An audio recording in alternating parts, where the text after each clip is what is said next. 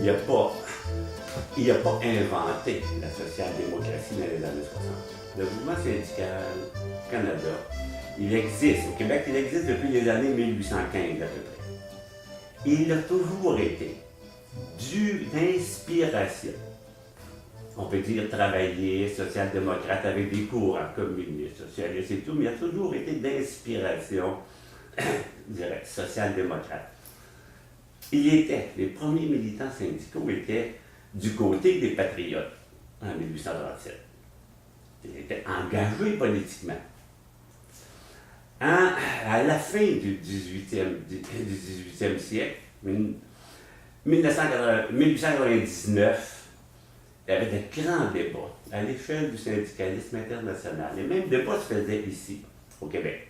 Est-ce qu'il faut être communiste? Est-ce qu'il faut être bolcheviste? Est-ce qu'il faut être socialiste? Quelle est la voie, la plateforme qu'il faut suivre et maintenir, notre voie politique? Ça a été décidé à Montréal, principalement, et le Canada anglais a accepté la position, parce que c'était Montréal qui était les grands acteurs politiques et sociaux. C'était les militants de Montréal qui faisaient ça.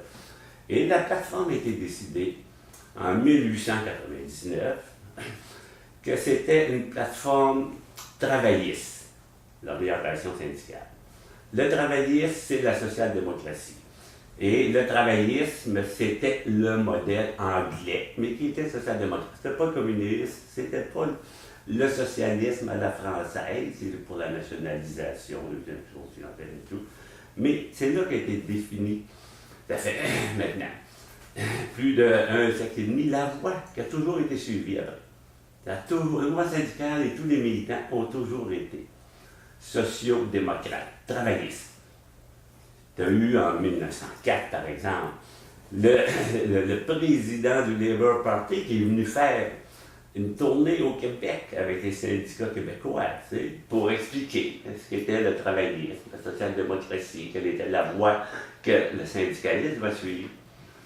Le mouvement syndical a toujours été social-démocrate, style travailliste, et il a fondé le grand défenseur de ça, c'était Gustave Frank, plus que dans les années 50.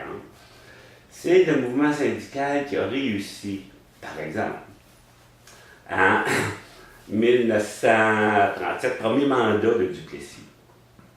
Ce sont les militants des deux centrales syndicales principalement, de ce qui était la CSN et ce qui était la CNFQ, qui ont réussi à faire qu'on appelle un vote stratégique contre Duplessis pour faire rentrer les libéraux.